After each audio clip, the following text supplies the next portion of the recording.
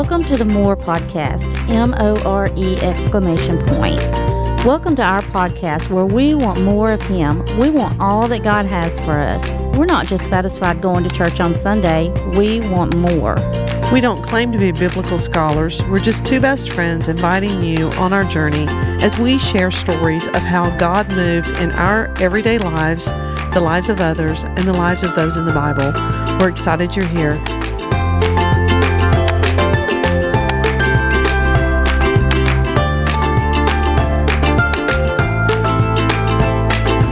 Hello, podcasters. This is Jennifer, and we are so glad that you are here this week for another episode of the More Podcast. I'm here with my best friend, Dalyne. Once again. So we have a great time here and talking to you guys. And so we hope that you are enjoying every podcast so far. And today we have another special guest, and I'm going to let Dalyne introduce her.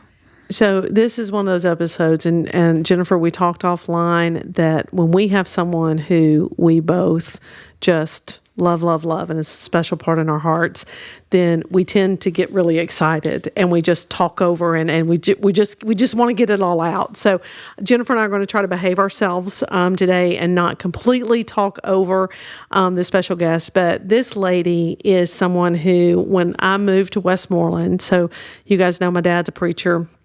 I'm a PK like Gunner. And when we moved to Westmoreland, we moved here and I was 12 years old. And by that point, I'd been to 9 different schools. By the time I was in 6th grade, I'd been to 9 different schools. And so I was kind of used to going into a school and being like the new kid. And I remember going into school, and one of the first people I met was this young lady, called Bobbye Regina, and I call her Gina half the time. I call her Bobbye half the time, but Bobbye Regina Spears, and she was in my 6th grade class, and wow, I just became fast friends with this incredible lady. We have grown up together. I feel like I am as much a part of her family. I know I've spent so many nights over at her house. We will not have her mother on this podcast because her mother will tell tales on both of us, and how she would have to tell us to be quiet at night because we would be up there laughing and carrying on. So all through high school, all through grade school, all through middle school, all through those terrible years, Bobbye was a part of my life. And after high school, we kind of went our separate ways.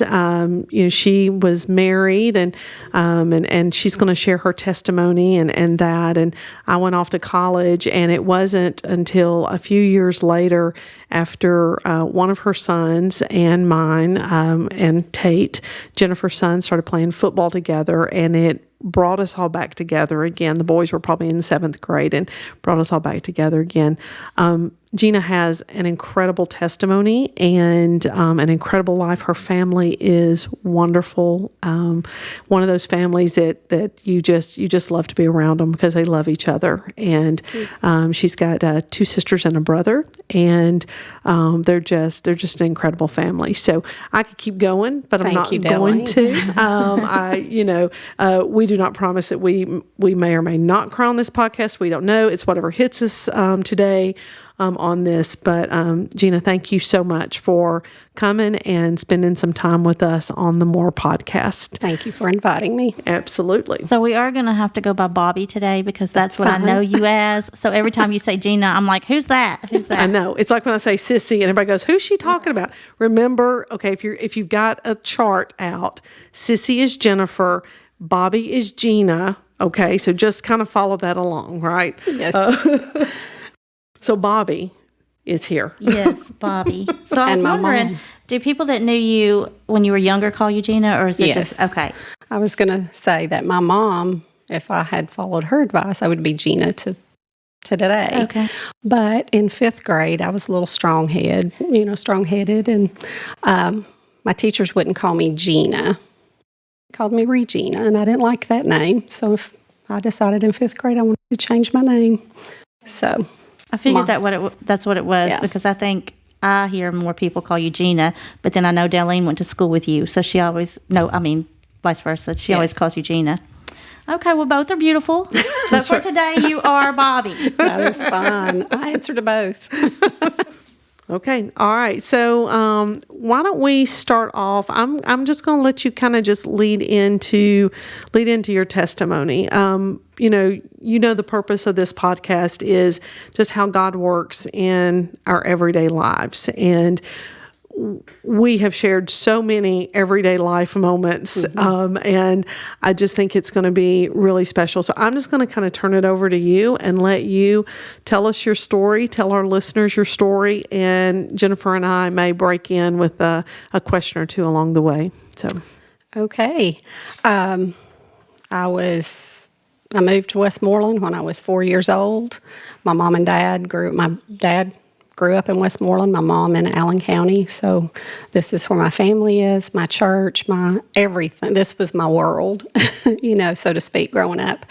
And right out of high school, I married someone I had a crush on in high school. I was 19, he was 21. And we knew fairly early on that we may not be able to have biological children. So we started the adoption process and journey quite early, and there's a lot of God moments in each child that I have now. I have 4 children. I could tell you many stories about how I chose to see God in the situation, and it is not coincidence. You'll never convince me otherwise. I'll be glad to share those when you'll have questions or whatever, but I have a son who is 29, is Isaac. Chris is 24. Then I have Caitlin and Bella, and they are 14 and 12.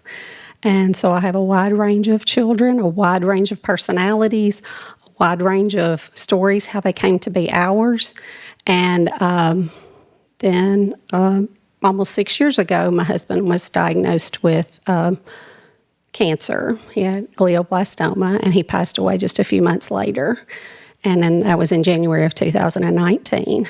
And God has been with me through all of it. I believe he's in a better place. I believe he lived the life that there's no doubt where he's at.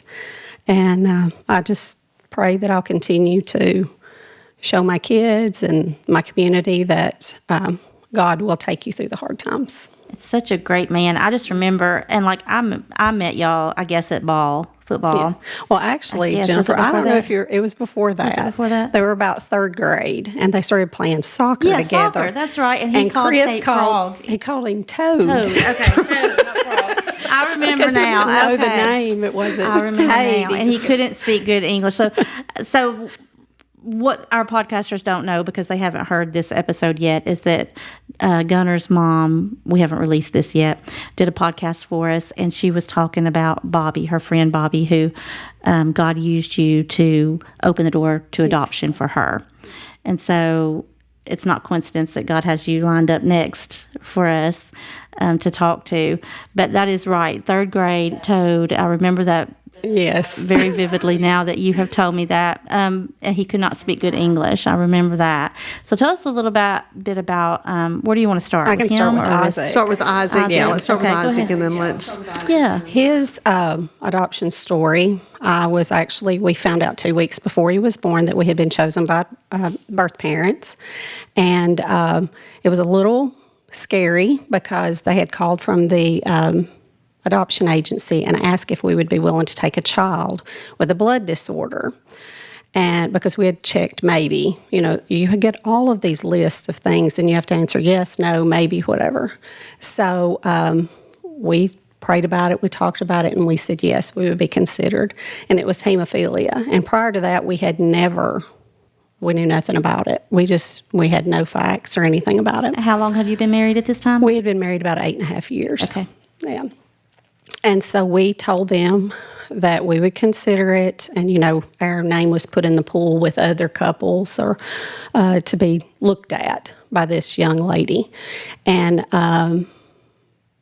we found out a few days later that we had been picked. It was actually on Valentine's Day that we got the call that we had been picked, and she was not due until mid-March. But when they called us and told us, and it was hemophilia, was like, we need information. We've got to start looking into this. He could have it, he could not. It's 50% chance, but the severity in the family was very low. So it was, something, but we just still needed all the information. And when they called us and gave us this information and told us who to call to find out if, to get information on hemophilia, it was actually my husband's doctor when he had cancer as a young child. It was the very same doctor. And so that was a comfort. We can get information from my husband's doctor to find out. So that was like one of the first things that it was just like, okay, God, you're leading us down this path. Right. So we found out on Valentine's Day. We met with the birth mother a couple of times. And then on February the 28th, I was actually in Walmart. Walmart owes us money at this table. I'm telling you, we've got a lot of contacts that have come to us and this podcast through Walmart. So end of February, you're still not sure if this baby is coming to you or not. Well, we were told on February the 14th, on Valentine's Day, that they had chosen us, yes. And then 2 weeks later, I was in Walmart because you didn't have cell phones, you didn't have all that modern conveniences, and I got paged over the loudspeaker to come to customer service. I was in there picking up my Lion King reserved copy on VHS. I mean, that was a big deal. That was big time right there. That's right. So that's always at a special place, about him and stuff. So I went to the customer service desk and I answered the phone and they said, Bobbye, you need to come back to work. You're going to have a baby today. So oh my goodness. I had to take my coworker back to work. And then I had to go pick my husband up from work, and we headed to the hospital. So I was actually in the hospital. I was in the delivery. I got to cut the cord, so they handed him to me. So he's been with me since the first moment. The hospital that we stayed in, they gave us a room to stay in overnight. It was just like we were, I was a new mother, and so they did all that for us. So I was perfectly content with one child and thought that may be what my life was. But about 7 years later, I got a phone call asking us if we would consider it again. And so we stepped out. We decided that we would pursue this. Just a blind phone call? It was a phone call from a family member that had a friend that she was, so it was a very similar, it was somewhat similar to Isaac's situation, the way it came to us. And so we met with her, and I actually went to the hospital. We brought the baby home, and 5 days later, they changed their mind. Oh, no. So we had to take the child back. And because of that, it's like it spurred something in me. God's not finished. I have more. Right.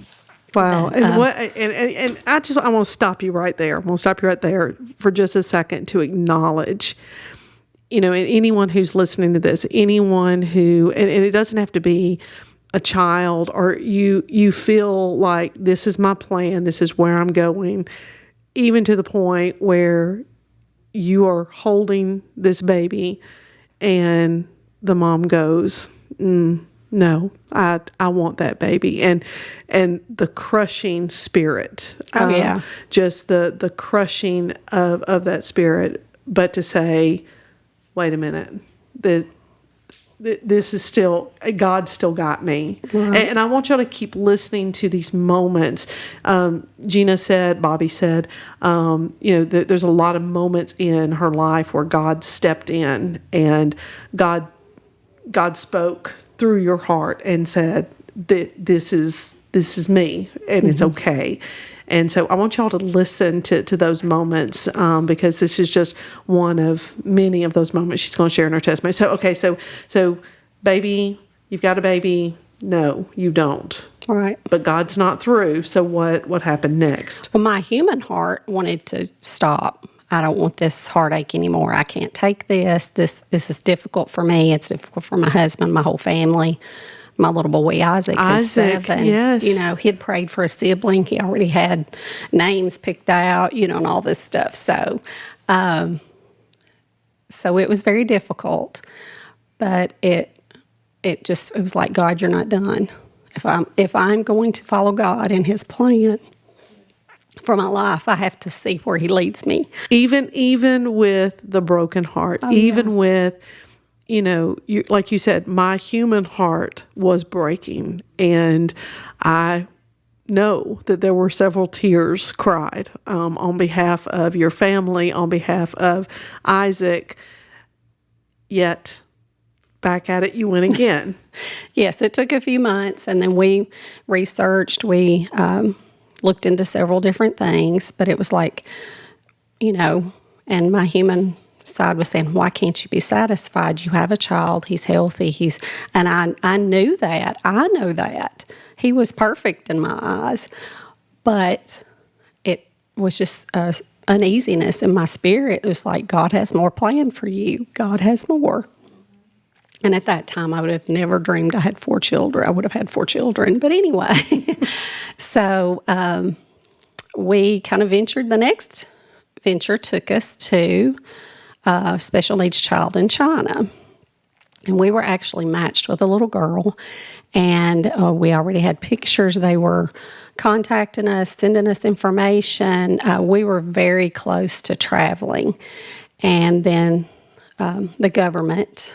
the Chinese government put a halt on any adoptions if they had a history of cancer in their life. So the adoptive family, if they had any history Yes. of cancer. And my husband had Hodgkin's disease as a young child. Even though he had been given a clean bill of health, the doctor wrote additional letters, everything saying that, the chances of him having cancer are about the same as anyone else, having that. But they said no, but God stepped into that situation too. And we got to help make an adoption plan for that young lady.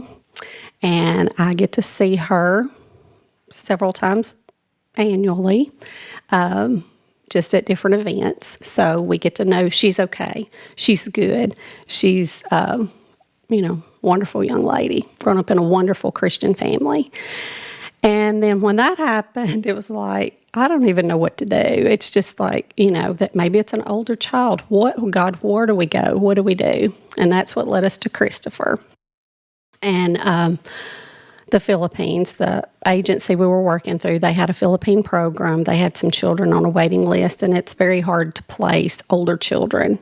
And it was like, okay, God, then that's what I guess that's where, because I just didn't feel comfortable stopping. I still felt like God was leading us to more.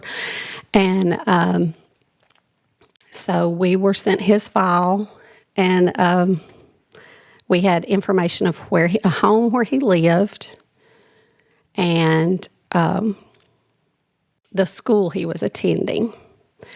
And the information was 4 to 6 months old. It wasn't even updated information.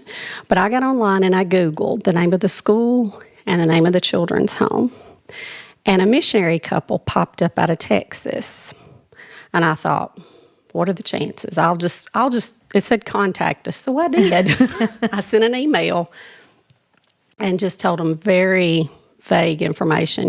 We're looking at the possibility of adopting a child from this school, this children's home. Would you happen to have any information? If we were to travel, could you help us? Could you, give us information, just some information on this? Well, I got an email back pretty quickly from that email that I'd sent, and even their information, their missionary page was not even a new page, hadn't been updated in a year or so. And so I got an email that asked if they might know who this child is, and could they contact us? Could they call me? And it was on a Saturday morning, and the time difference between here and the Philippines, 12 or 13 hours, I'm not really sure. It's quite a difference. And they asked if we could call. They could call, and I gave them a time. I was getting ready to go to work, and when I was getting ready to go to work at the bank on a Saturday morning, and my phone was ringing when I got out, and it was them on the phone. And they said, can we ask you the child's name? And I gave them the name. They said, he actually lives in our home. Oh, wow. And they said, "Do you not have any updates?" And I said, "No." I was thinking they were going to tell me that he had moved on to another children's home. He had aged out or something like that. They said, "No, he actually lives in our home." And he was aging out, but they didn't want him to have to be moved. So they took him in to kind of get him ready for adoption in case the family chose him. And if not, they were going to adopt him. And so then we became really good friends. We talked online. Then it wasn't, I don't even know what you called it then. It wasn't FaceTime. It was something I don't know, it was years ago. But we would get online and we would talk, and he and Isaac would play Nerf guns, Isaac in the background and Chris in the background, just trying to get comfortable with each other. So then we traveled to the Philippines and we brought him home, and he was 9.5. And then I was done. I really was. I really thought I was done. But You're not done. no, I'm not done. But, I was just like, God has blessed me so much. How could I even think that he would have more, And just within a few years, we actually, we were having adoption carnivals at our church and helping other families, raise money, raise funds, give them information on, every lead you follow, each lead you come upon, and that type of stuff. And we had a carnival on a Saturday.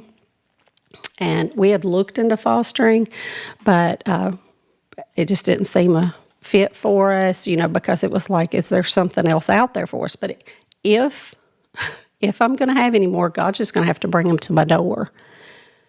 And we had an adoption carnival on Saturday. I had someone approach me on Monday. I went home and talked to my family about it. They were, yes, we'll step into this. We'll see what happens. It was really just probably going to be a foster type situation. And that next Saturday, they walked up the front steps and handed us a little girl. And 2 weeks later, her sister came. Oh, my goodness. And how old were the girls at that time? 10 months and almost 3. Okay. And Chris was 10? Oh, he was a little bit older than that. Oh, goodness. I can't even I gotta think back. I don't even And Isaac was high school. Isaac went from being an only child as a freshman to having 3 siblings by the time he graduated. So we really rocked his world.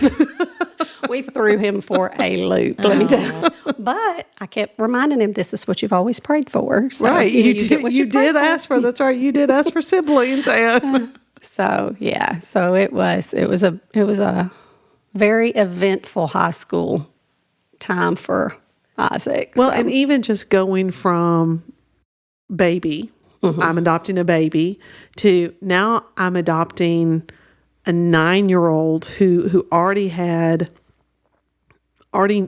patterns, had attitude, and not in a bad way, but already had, like this is how I do things in my life, right? More independence, I guess I should say, to then back to babies again or toddlers again.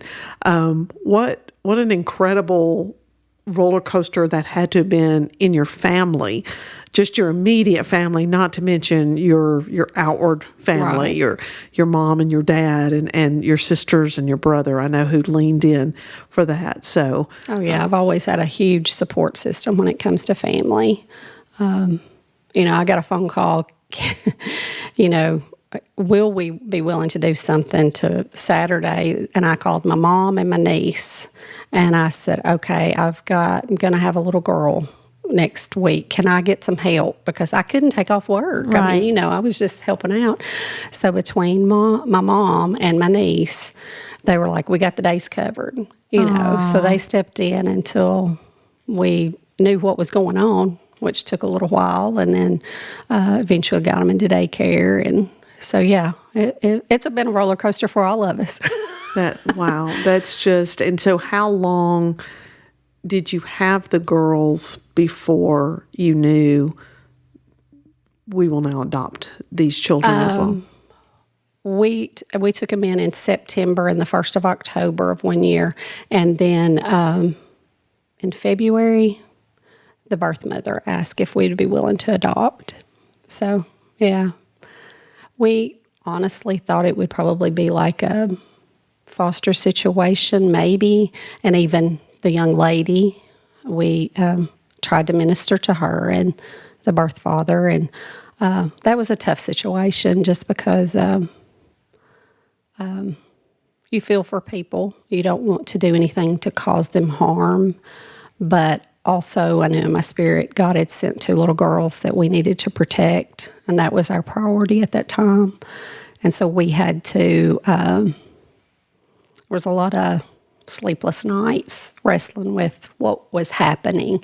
And I don't want to, you don't want to hurt somebody. You don't want to harm them. But, you're supposed to do what? Right. We have 2 little ones that can't make their own choices, that can't decide where to be, where not to be, what's going to harm me, what's not going to harm me. And we had to decide what was best for them. Oh, my goodness. So as we were sitting here, Psalms 37:23 keeps coming to mind.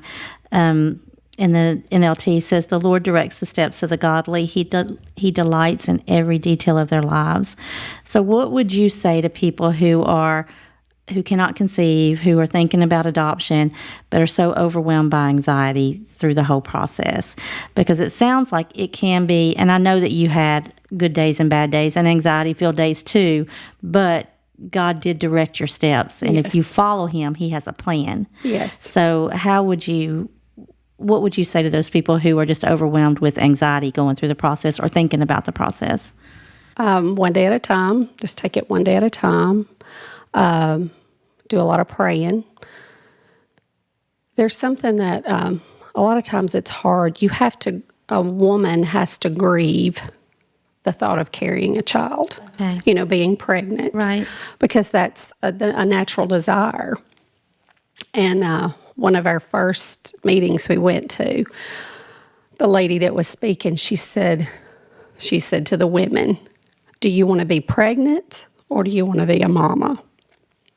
So it was just like, what? I hadn't thought about it that way. That's so powerful what you said, that you have to grieve the thought of being a mother, of carrying a child. Right. Oh, my goodness. And that is something you do have to say, God, if it's not in the plan for me to carry a child, then show me the steps I need to take. Put me in touch with the people that I need to be in touch with.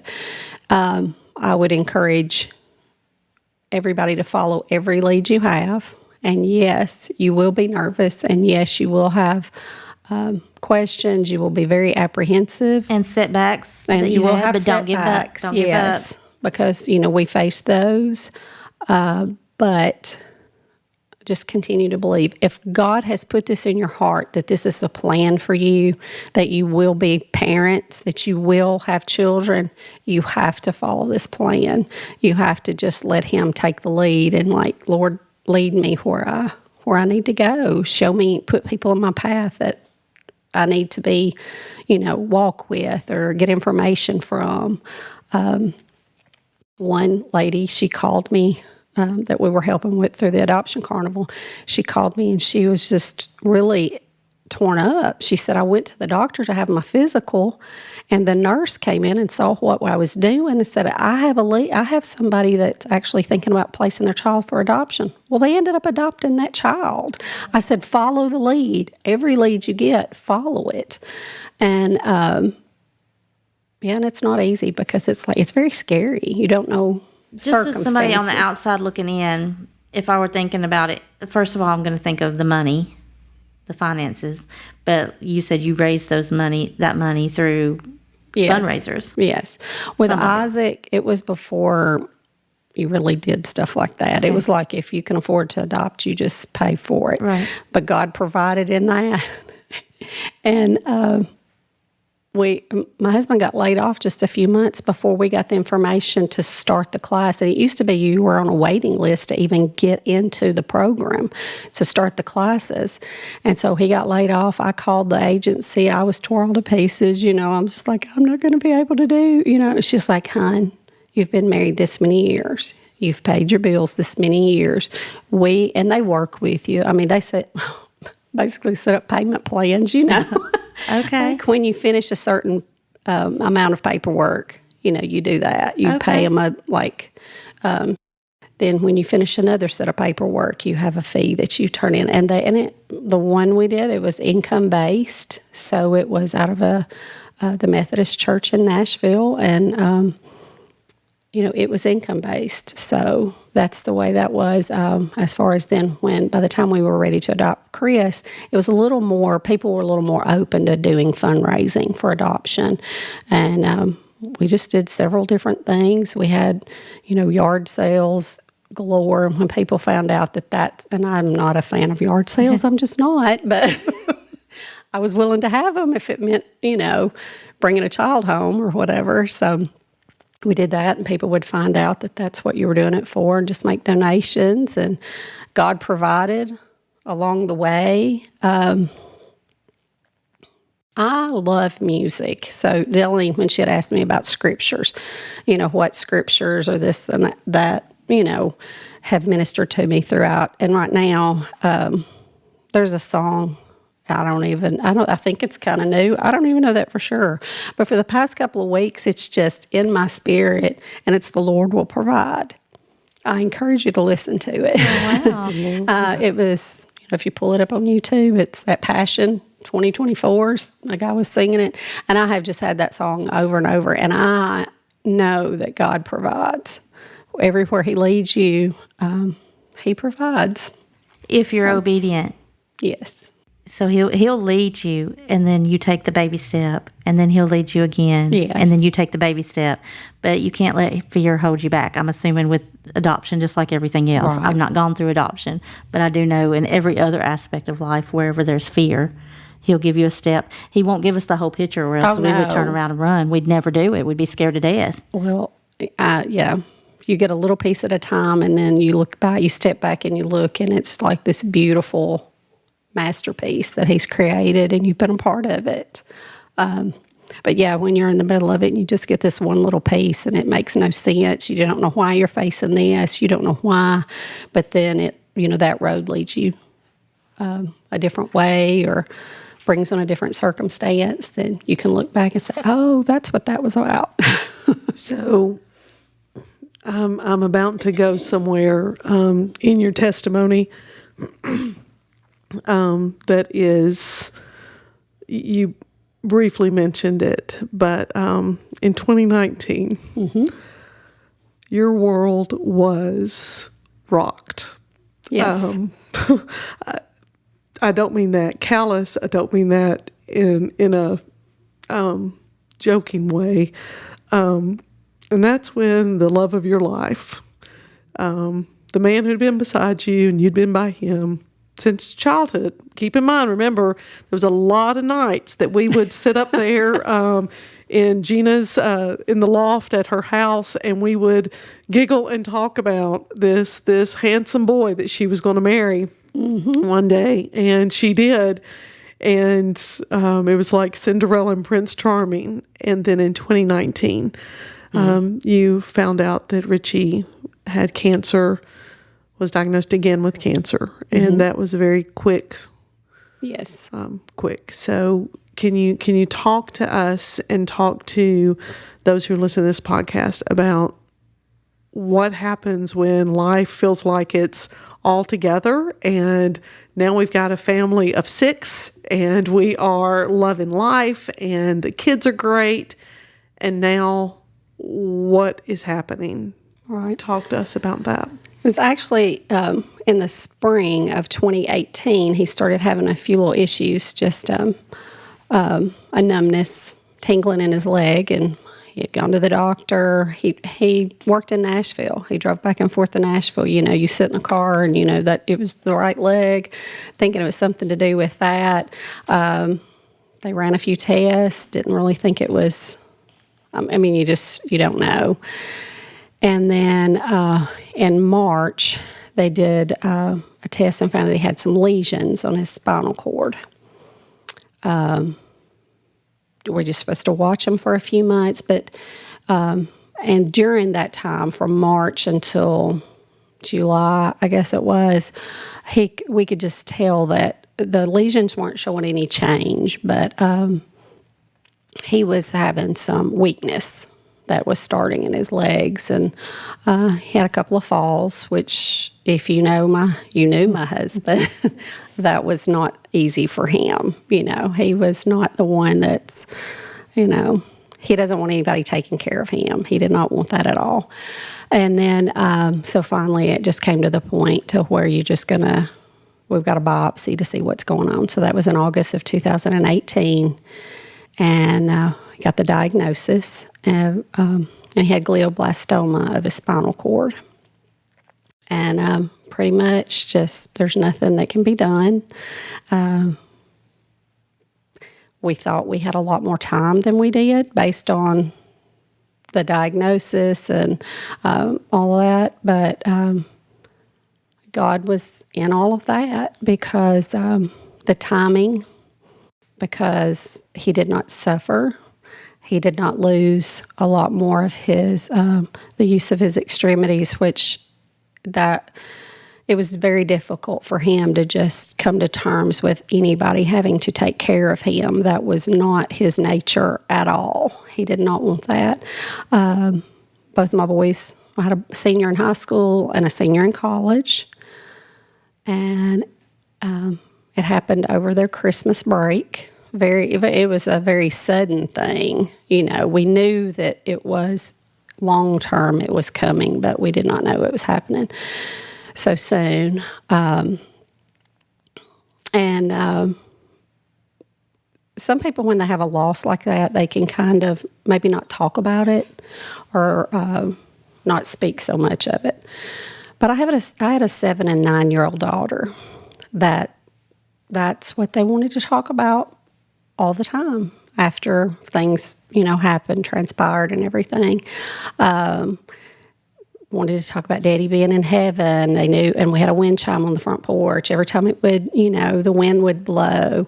Oh, that's God letting us know Daddy's, okay. I mean, just it was a constant, I couldn't just not face what had happened. But y'all know my girls. Y'all know their personalities. They're very different. The night I had to come home from the hospital and tell them what had happened, I came home in the middle of the night, and they were at my mom's and dad's in the bed. And pretty much, if you know my family, everybody's there. I come in and I go to bed and waited when they woke up the next morning.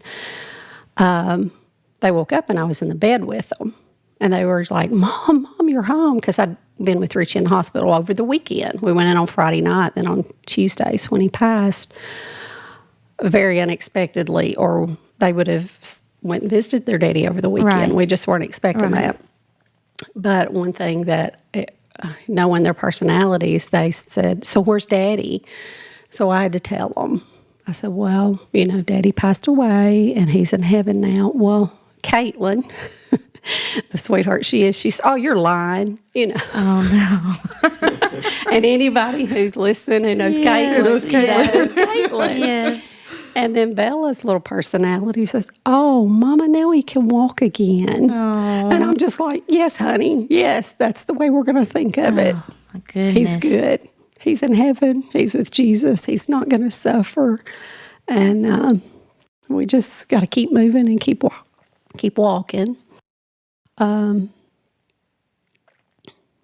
believe in God.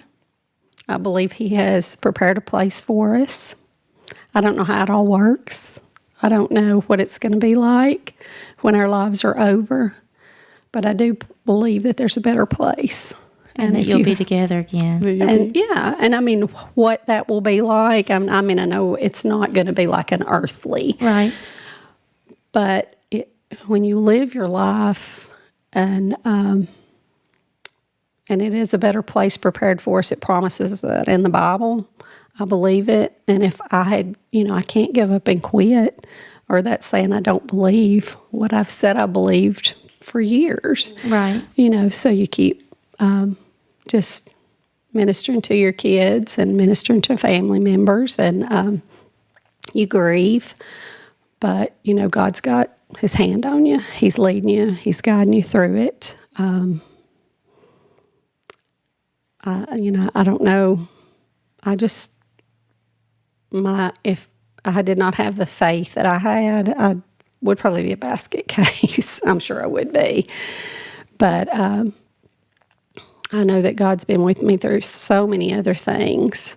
So I just believe He's going to guide me and keep me going through this. So there's a couple of sweet memories that I have, because by this point the boys, they've been playing football together since Little League. Yes. And I remember the football game where y'all brought Richie to the game. Oh, yeah. parked at the end of the field. We were playing Trousdale County, and I remember the boys, they knew that Chris's dad was down there in the van, and just the boys loved Chris, they loved Richie, they loved you, so it was a part of that. I remember senior night and how special that was, and just those special memories. Richie, when what I love about him is he just poured himself into God, poured himself into the Bible. And if anything, when you went to visit with him, hoping to give him comfort, then you walked away going, whoa, wait a minute, he comforted me. I mean, yes. I remember sitting and he's like, oh, have you read this verse in the Bible, Dalyne? Let's look at this verse. And I'm like, what's going on here? And just the utter trust and love in God that you had, that your kids had, that Richie had, that, when people are listening to this and if they're listening to this and they know any stories in the Bible, the story of Job comes to mind of, everything that Job went through. And Job is a beautiful book to read. It's a hard book to read. And some of the things, because he had 4 friends that thought that they were helping him, and God's like, you're really not helping him. You're asking the wrong questions of him. And so, when you look at the book of Job and you know that, Job was not angry with God because of what happened to him, but he started losing patience because he didn't understand why he had to suffer. So for those who are out there who are suffering in ways that maybe they don't understand why. And one thing I've never heard you ask the question, I never heard Richie ask the question, even through your grieving, even through that, is I've never heard you ask God, why me? Why me, God? And it's like it just didn't occur to you. What would you say to someone who's struggling with that? I look at the book of Job and I think, oh, I've not even faced anything compared to Job. And then I look back through my life and I thought, well, I have had several losses and but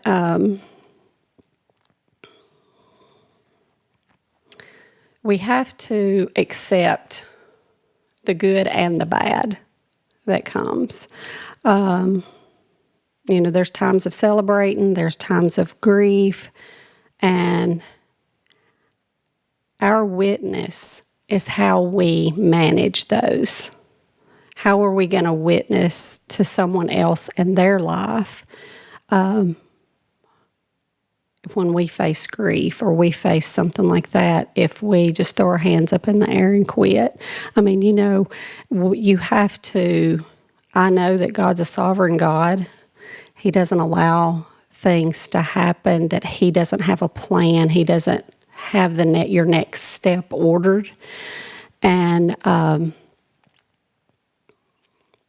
it's just, it's really complete trust in God. When I look at Job, we can look back at the book now because we're reading it after it happened. But Job didn't know that God had given him up for testing when it was happening. He had no idea. No. And then, of course, his friends said, well, you must have sinned. You must have done something wrong. And, of course, we know that's not right either.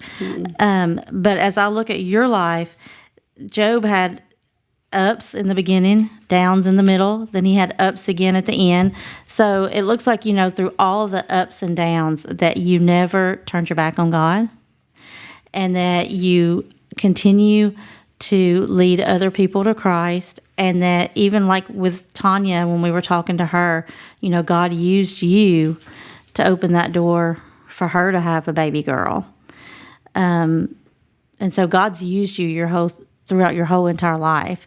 And so now you're in the school system. Yes. And you're mentoring other young ladies and young men. And so tell us just a little bit about that and how God's opened that door for you. Actually, back when COVID happened and I got to be off, well, I didn't get to be off. It was kind of forced upon me because of the circumstances when the kids were taken out of school. And I was at home with my girls for a couple of weeks because, we didn't know where COVID was going. And I had been home with them for just a short time, and it was like, God, I've got to figure this out. I don't want to go back because I was missing them. Every afternoon I had to have someone help me care for them every Saturday, and I had a wonderful job. I had a wonderful work family. They were very good to me, but it was just, I had two young girls I needed to take care of. I needed to be more present in their lives.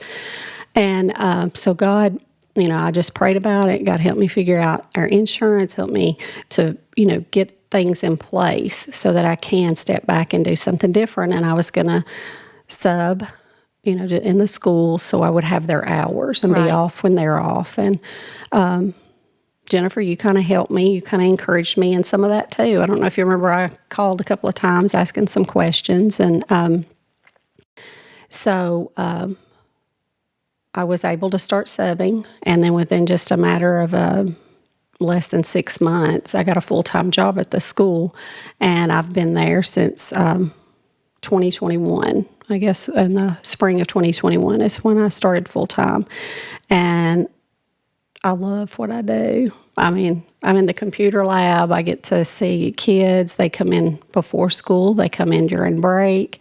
They come by and see me throughout the day. I didn't go to school to be a teacher, but if I had, I wanted to be a business, teacher, but I didn't. That didn't work out earlier in life, and now I get to be in the school system. I get to be there. I have my girls' schedule basically. They get off the bus at the high school and ride with me home. All their activities. That's a big thing because they're both very active in ball and cheer. And so I get to be there for them. And God, just opened doors for me to be able to do that. And I'm just thankful for that, that I can be present for them and just get to, I don't know, I enjoy being at this high school. I was a little nervous when I first subbed there because, you hear it's horror intimidating. stories. Yeah. Yes. Yeah. And it is not. It is not that way at all. We have a wonderful group of students, and I enjoy that. They come to me sometimes when they're struggling with things, have anxiety, different things like that, and they ask me, will you pray for me? And yes, all you've got to do is ask. You open the door, and I'm going to step in that door. I'm stepping in. I'm never going to, I'm never going to be the one that initiates it. Right. But you ask me, absolutely. Right. And I love having that opportunity, being a part of FCA, being a part of just ministering to these kids and just letting them know how good God is. Oh, that's awesome. Just being a smiling face in a hard day is a lot. And I know that you are. So that's awesome. Did you have a special verse that you wanted to share? Did anything come to mind to you? Well, when she asked me about different verses, of course, mine's Proverbs 3, 5, and 6. Trust in the Lord with all your heart. Lean not on your own understanding. In all your ways acknowledge him, and he will direct your paths. That's one that I've always, gone back to. It's a huge blessing to me. And that's one of the remember. Things that with this talking to you is just to remind people that he directs our paths. Yes. That if we will just surrender and let him have his way, because his way is better than our way, then he will direct us. Right. I'm sorry. Go ahead with your next one. No, that's all.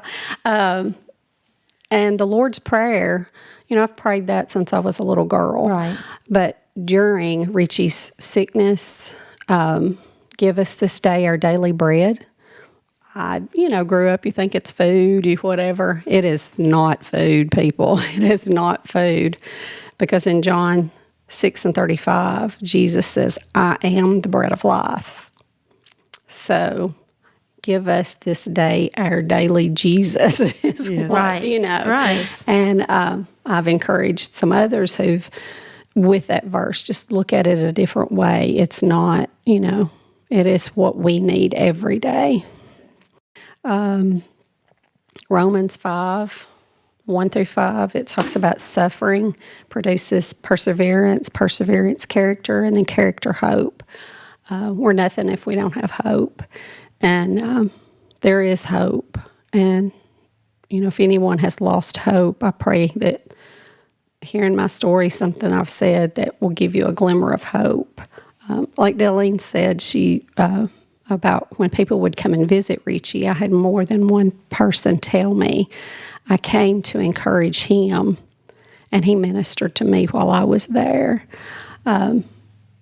Before he had gotten his diagnosis, I know Gunner's dad told me later, after everything had happened, he said, in the middle of the night, one night, when Richie couldn't sleep, he had messaged Greg and Tanya, and just told them what they meant to him and how much their ministry had meant to him and how much he loved them and appreciated all that they'd done and stuff. And I didn't even know he had done stuff like that. So it was just, don't lose hope. And Richie shared, I've got several little videos of him that he shared, like with his men's group, but I kind of took them on his Marco Polo. There used to be a Kingdom Men or whatever. From the hospital bed, him sitting in the hospital bed reading scripture and encouraging, the men in that group, and sitting in a wheelchair in our front door another time, encouraging others and telling them who to pray for, for the day. And I'm thinking it was just very unselfish, the example he was for me. So right now, as we close, I just feel it on my heart, Bobbye. Would you just pray with us, but pray a prayer of repentance for those who want to have the peace that he had?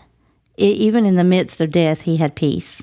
Yes. And you have been through so much, the ups and downs, and you are still walking in ministry. You're still walking with the Lord, and you are obedient still.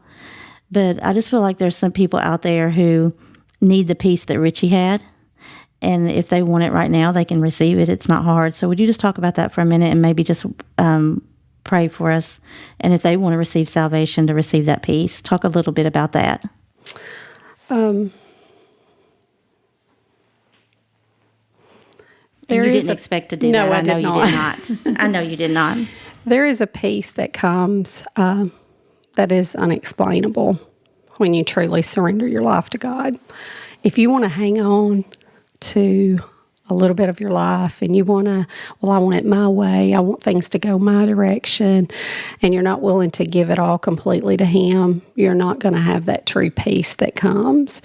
But when you surrender, it's like, how do you, it is a peace that you, and like I can't explain. Right. I don't like my circumstances, but I have peace in my circumstances.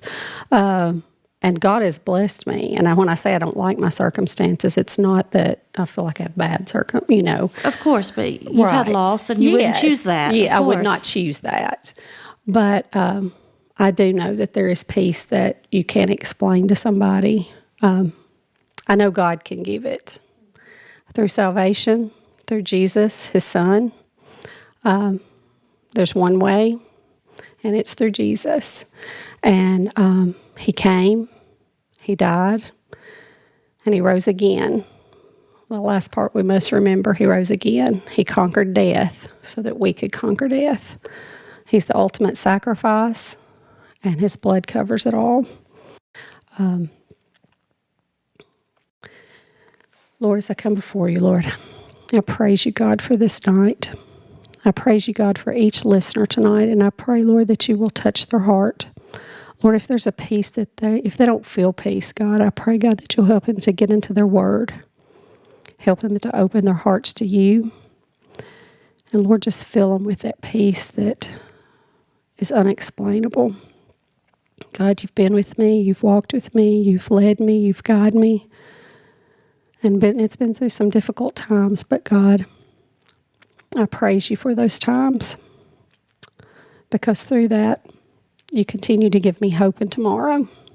I pray, God, that you'll give that to each listener tonight. Be with them, lead, guide, and direct them. In your name we pray. Amen. Amen. Amen. Thank you so much for coming today. I know you didn't know what to expect, and we had not talked prior to today, so we really didn't know where the Lord would lead us.